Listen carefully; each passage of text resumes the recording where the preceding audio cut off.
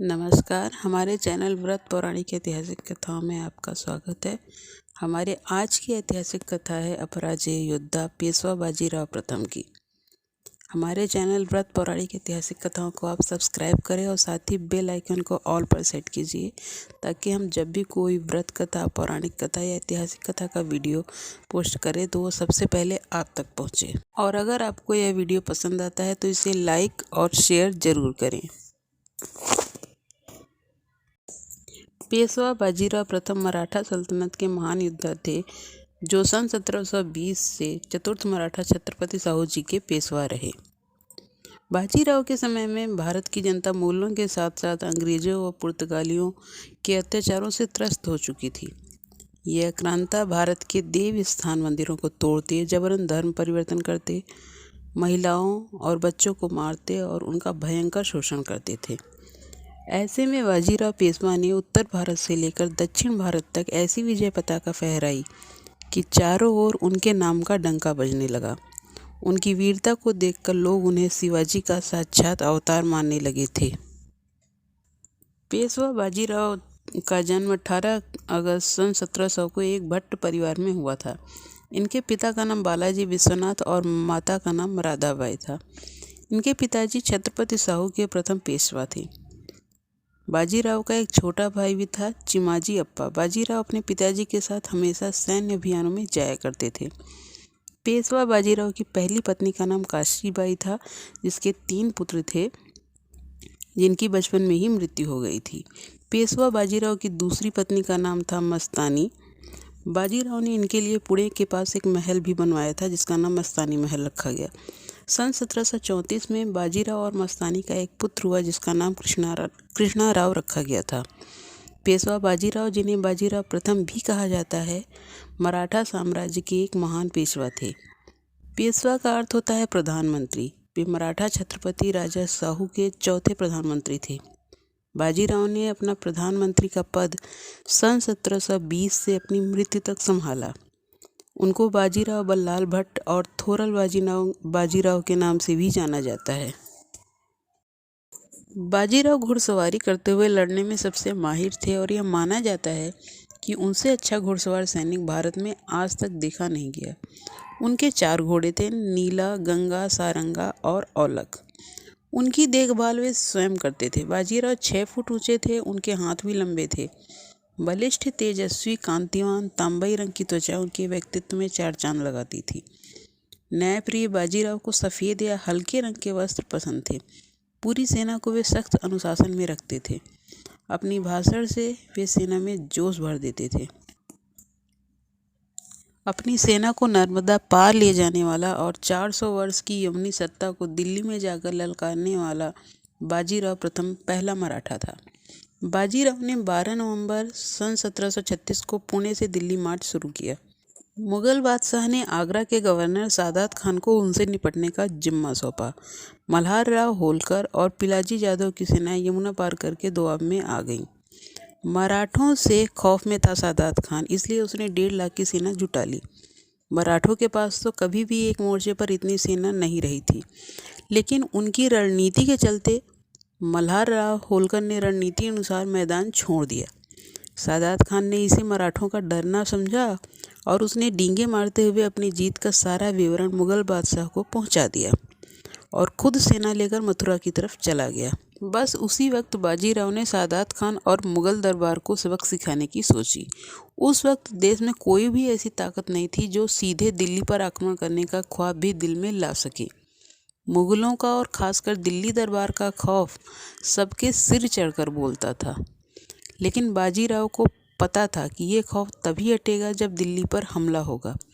सारी मुगल सेना आगरा मथुरा में अटक गई और बाजीराव दिल्ली तक चढ़ आया। आज जहाँ तालकटोरा स्टेडियम है, वहाँ बाजीराव ने डेरा डाल दिया। 10 दिन की दूरी बाजीराव ने केवल 500 घोड़ों के साथ 48 घंटे में पूरी की, बिना रुके, बिना थके। देश के इतिहास में ये अब तक 2 आक्रमण ही सबसे तेज माने गए हैं।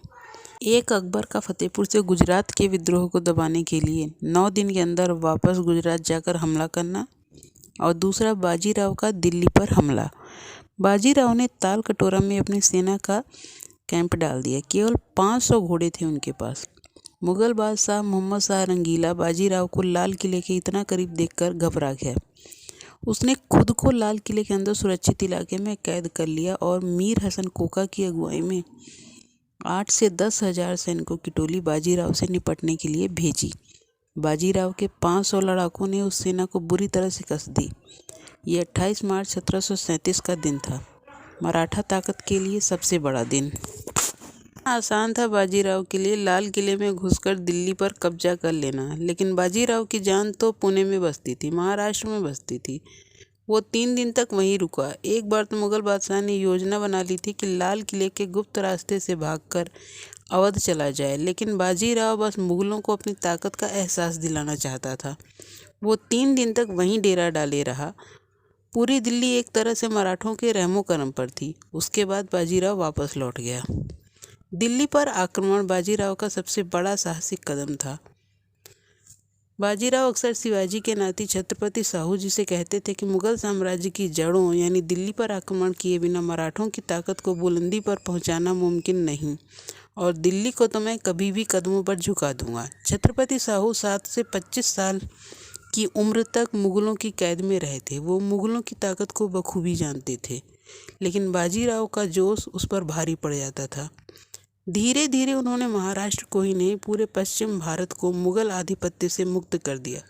फिर उन्होंने दक्कन का रुख किया। दक्कन में निजाम तो मुगल बादशाह से बगावत कर चुका था, एक बड़ी ताकत था वह। कम सेना होने के बावजूद बाजीराव ने उसे कई युद्धों में हराया और कई शर्तें थोपने के साथ उसे अपने प्रभाव में ले लिया। बाजीराव बल्लाल एक महान योद्धा ही नहीं बल्कि उन महान शासकों की श्रेणी में आते हैं जिन्हें जनहितकारी कार्यों के लिए जाना जाता है। हिंदुस्तान के इतिहास का बाजीराव अकेला ऐसा योद्धा था जिसने 41 लड़ाइयाँ लड़ी और एक भी नहीं हारी। वर्ल्ड वॉर सेकेंड में ब्रिटिश आर्मी के कमांडर रहे मशहूर सेनापति जनरल मॉन्टगोमरी ने भी अपनी किताब हिस्ट्री ऑफ वॉरफेयर में बाजीराव की बिजली की गति से तेज आक्रमण की शैली की जमकर तारीफ की है और लिखा है कि बाजीराव कभी हारा नहीं। आज वो किताब ब्रिटेन में डिफेंस स्टडीज़ के कोर्स में पढ़ाई जाती है। बाजीराव की युद्ध शैली का मॉडल अमेरिका ने अपने यहाँ बनाकर रखा हुआ है।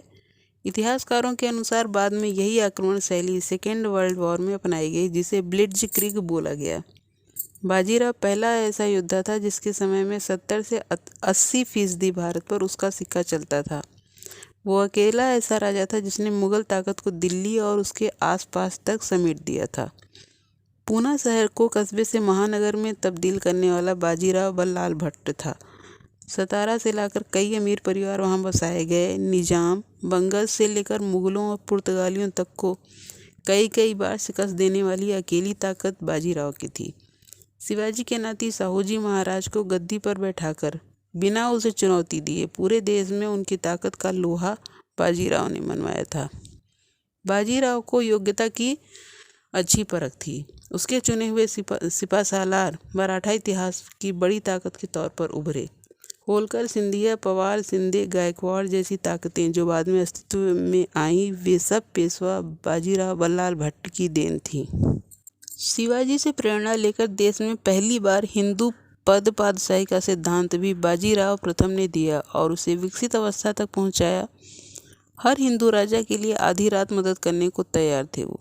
पूरे देश का बादशाह एक हिंदू हो, यह उनके जीवन का लक्ष्य था। लेकिन जनता किसी भी धर्म को मानती हो, उसके साथ बाजीराव न्याय करते थे। उसकी अपनी फौज में कई अहम पदों पर मुस्लिम सिपाहीसालार थे, लेकिन वो युद्ध से पहले हर हर महादेव का नारा भी लगाना नहीं भूलते थे। कहा जाता है कि बाजीराव पेशवा की मृत्यु 28 अप्रैल 1740 को 39 वर्ष की आयु में दिल का दौरा पड़ने से हुई थी। उस समय वे इंदौर के पास खरगोन शहर में रुके थे। कुछ इतिहासकार कहते हैं कि बाजीराव का निधन मालवा में ही नर्मदा नदी के किनारे रावरखेड़ी में लू लगने के कारण हुआ था। अगर बाजीराव पेशवा कम उम्र में न चल बसते तो न अहमद शाह अब्दाली या नादिर शाह हावी हो पाते और न ही अंग्रेज और पुर्तगालियों जैसी पश्चिमी ताकतें होती। बाजीराव का केवल 40 साल की उम्र में इस दुनिया से चले जाना मराठों के लिए ही नहीं, देश की भावी पीढ़ियों के लिए भी दर्दनाक भविष्य लेकर आया।